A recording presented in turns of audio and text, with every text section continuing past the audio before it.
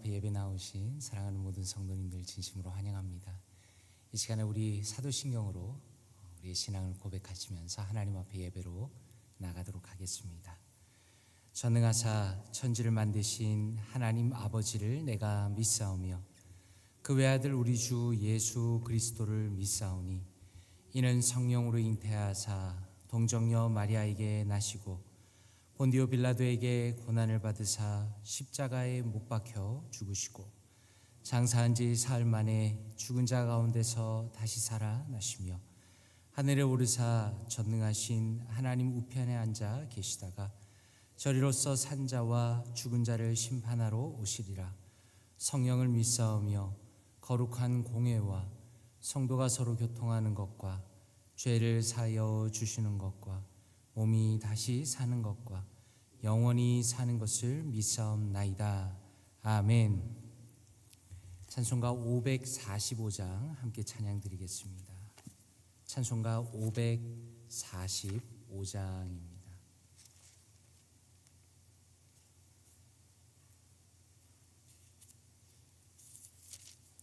찬송가 545장 이 눈에 아무 증거 아니 배어도 함께 찬양 드리겠습니다.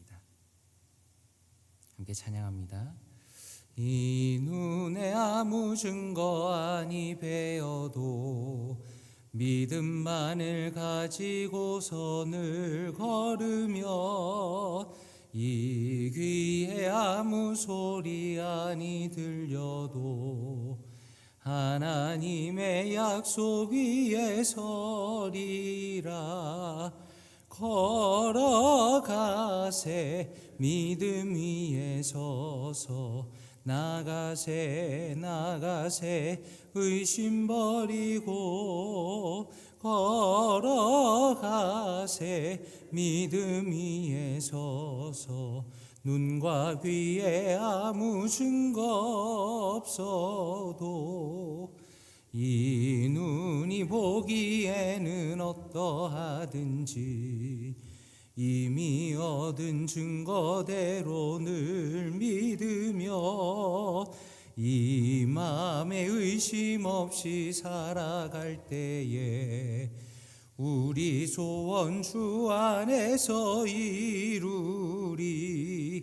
걸어가세 믿음 위에 서서 나가세 의심 버리고 걸어가세 믿음 위에 서서 눈과 귀에 아무 증거 없어도 주님의 거룩함을 두고 맹세한 주 하나님 아버지는 참 이쁘다.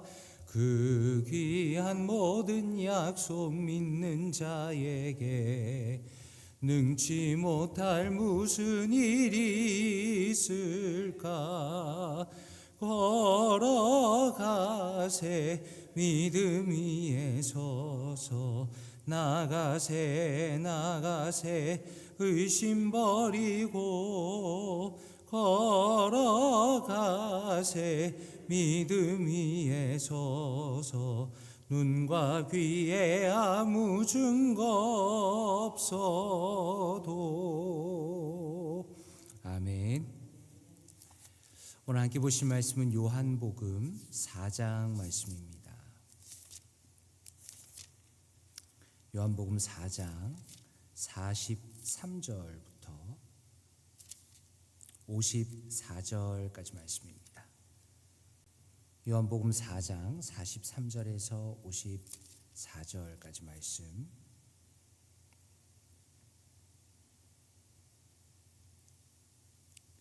함께 합독하도록 하겠습니다. 시작.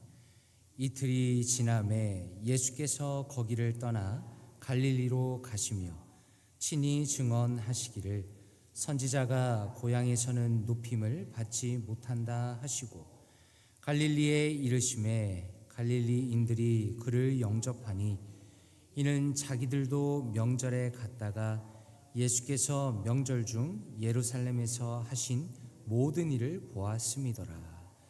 예수께서 다시 갈릴리 가나에 이르시니 전에 물로 포도주를 만드신 곳이라.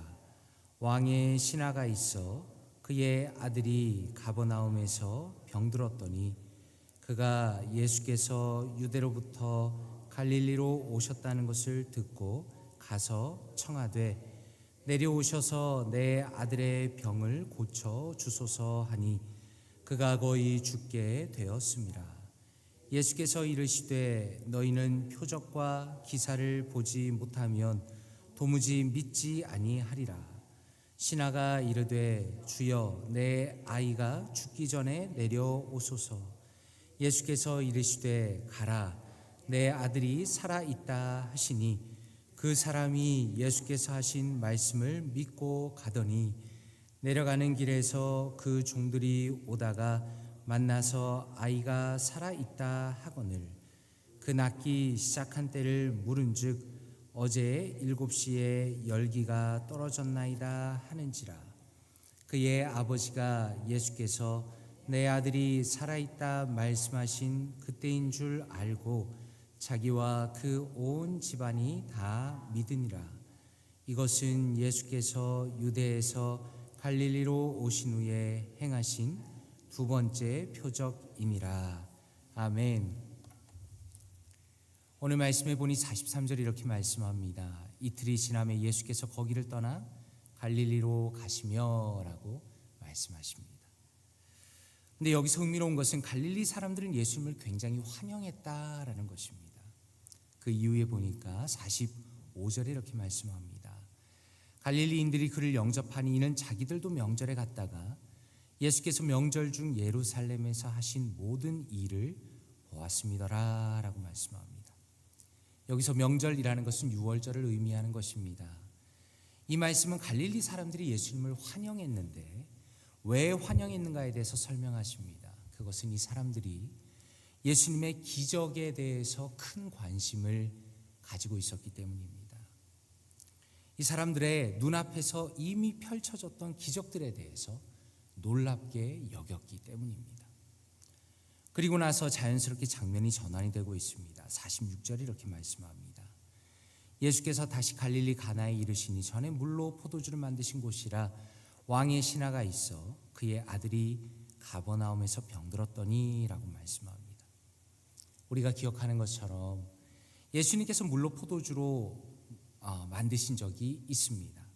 그리고 바로 그 기적이 있었던 곳이 지금 예수님이 도착하신 가나입니다.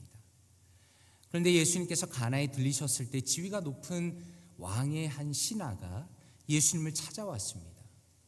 왜냐하면 자신의 아들이 병들어서 죽게 되었는데 예수님의 도움을 청하기 위해서 그 자리까지 나아온 것입니다. 지리적으로 보면 신하의 아들이 있던 가버나움에서 예수님이 계시던 가나까지는 약 16마일 정도 떨어져 있었습니다. 그는 먼 길을 넘어서 예수님을 찾아왔습니다. 그만큼 절박했기 때문입니다. 아버지의 부탁은 너무나 간절하고 또 분명합니다. 47절 하반절에 청하건대 내려오셔서 내 아들의 병을 고쳐주소서라고 간구합니다. 이 부탁은 너무나 자연스럽고 또 당연합니다. 예수님이 아들을 고치기 위해서는 아픈 아들에게 오셔야 하는 것이 당연한 것이고 그리고 그 이후에야 아들을 고칠 수 있다라고 생각했기 때문입니다. 그런데 예수님께서 이렇게 말씀합니다. 48절 말씀입니다. 예수께서 이르시되 너희는 표적과 기사를 보지 못하면 도무지 믿지 아니하리라 라고 말씀합니다. 여기서 기사는 기적들을 의미합니다. 이 말씀에 사실 흥미로운 것은 예수님께서 이 책망의 말씀을 하실 때 너는 이라고 하시지 않고 너희는 이라고 말씀하셨기 때문입니다. 다시 말해서 그 고래에 있는 사람들과 지금 예수님을 둘러싼 이들이 모두 함께 책망을 받고 있는 것입니다. 지금 예수님 주변에 몰려든 사람들은 어떤 사람들입니까? 그들은 기적을 기대하는 사람들이었다라는 것입니다. 물론 기적 자체는 문제가 아닙니다. 문제는 예수님을 대할 때 그분이 진정한 하나님의 아들이시며 본질상 하나님과 동등하신 분이시며 죄인을 위하여 이 땅에 오신 죄를 대속하실 분이라는 그 믿음이 아니라 그저 기적을 보여주는 놀라운 사람 정도로만 예수님을 바라보고 있었다라는 것입니다. 그러므로 예수님께서는 그 앞에 있는 고관을 포함해서 모든 이들이 예수님의 참된 정체성을 알지 못하고 단지 기적만 구하고 있는 것을 책망하시는 것입니다. 그런데 우리가 주목할 것은 지금 예수님 앞에 있는 이 고관, 이 사람은 예수님의 책망에 굴하지 않고 오히려 예수님의 말씀에 귀를 기울이며 더 간절히 간구하고 있다는 겁니다. 그의 입장에서는 최선의 부탁을 다시 한번 예수님께 드립니다. 제발 아들이 죽기 전에 내려와 달라라는 것입니다. 그런데 놀라운 것은 예수님께서 이 고관에게 이렇게 말씀하십니다. 50절 말씀에 가라, 내 아들이 살아있다라고 말씀합니다. 생각해보면 이 말씀은 너무나 충격적인 말씀입니다.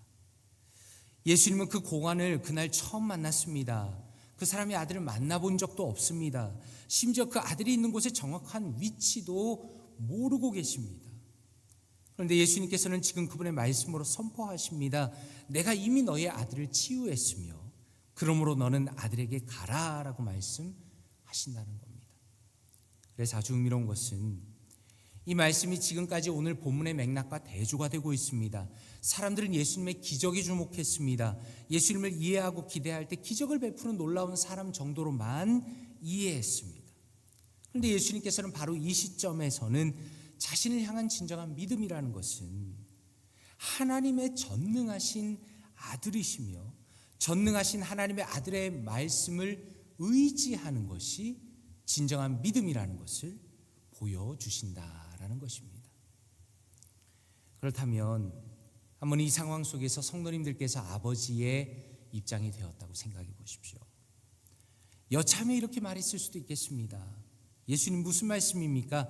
제 아들이 죽어가는데 같이 가셔야죠.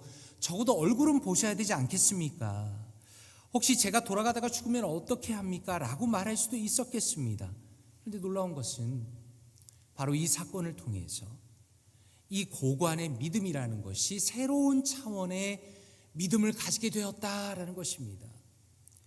예수님께서 보여주시는 가시적인 기적이 없다 하더라도, 자신의 눈에 아무것도 보이지 않는다 하더라도 예수님의 말씀을 믿고 붙드는 바로 그러한 믿음을 가지게 되었다는 것을 오늘 말씀은 보여주십니다. 그리고 놀랍게도 그 말씀 그대로 그는 아들을 향해 떠나갑니다.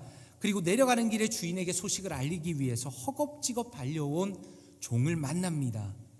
그들은 놀라운 기쁨의 소식을 전합니다. 주인의 아들이 살았습니다. 방금 죽음을 앞둔 그 자녀가 살아났다라는 소식을 듣고서는 얼마나 아버지가 감격을 했겠습니까? 우리는 능히 그 기쁨을 미루어 짐작할 수가 있는 겁니다. 그런데 여기서 놀라운 것은 아버지의 질문입니다. 도대체 언제 낳기 시작했는가라는 것을 물어봅니다. 왜 물었을까요? 그것은 아들이 낳게 된 시간이 과연 예수님이 치유를 선포하셨던 바로 그 말씀하신 시간이었는지를 확인하고 싶었기 때문입니다. 그런데 놀랍게도 종들이 이야기한 바로 그 시간이 예수님께서 말씀하실 때 내 아들이 살아있다 말씀하셨던 동일한 때였습니다. 그리고 어떤 결과가 있었습니까? 53절에 보니까 자기와 그 온 집안이 다 믿으니라 라고 말씀합니다. 그리고 오늘 말씀이 마무리가 되고 있습니다. 오늘의 말씀을 묵상하면서 적용은 기적인가 아니면 약속의 말씀인가입니다. 오늘 말씀에서 가장 인상적인 부분이 무엇일까요? 성도님들은 어떻게 보셨습니까? 물론 죽어간 아들을 살리기 위한 아버지의 사랑과 그 열심이 너무나 인상적입니다. 그리고 예수님께서 그분의 능력으로 그 아들을 치유해 주신 것도 너무나 인상적입니다. 그러나 오늘 말씀에서 가장 중요한 핵심은 믿음에는 분명한 수준이 있다라는 것입니다. 이 스토리 안에는 많은 사람들이 있습니다. 예수님을 환영하는 사람들입니다. 왜 예수님을 환영합니까? 기적을 보았기 때문입니다. 예수님께서는 기적을 일으키는 분이시기 때문에 그분을 환영하고 따르는 겁니다.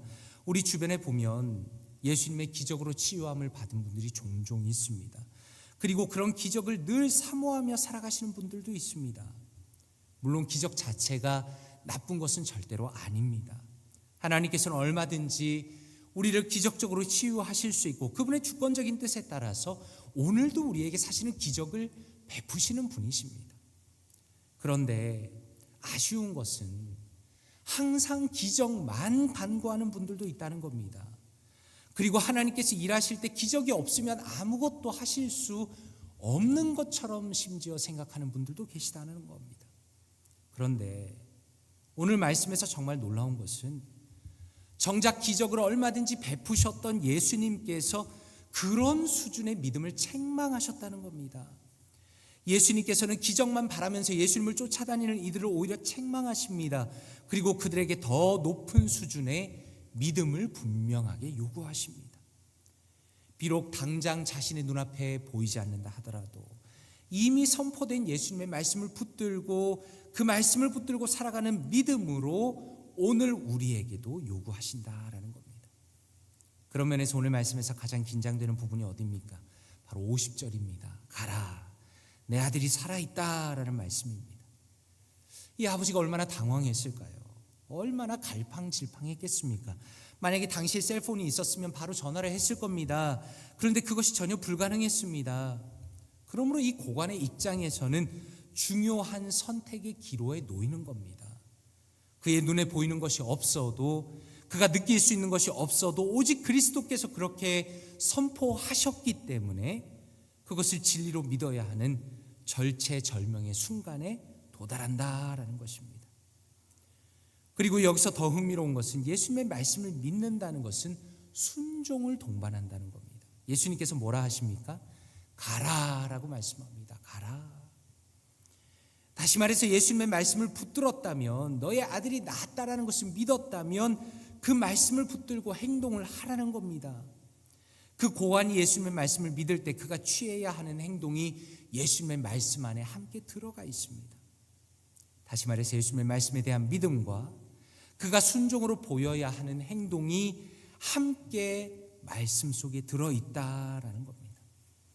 그런 면에서 오늘 말씀이 우리에게 도전이 됩니다. 고린도후서 5장 7절에 이렇게 말씀합니다. 이는 우리가 믿음으로 행하고 보는 것으로 행하지 아니함이로라 말씀합니다. 믿음으로 행한다라고 말씀합니다. 하나님께서 우리에게 요구하시는 신앙은 바로 이런 신앙입니다.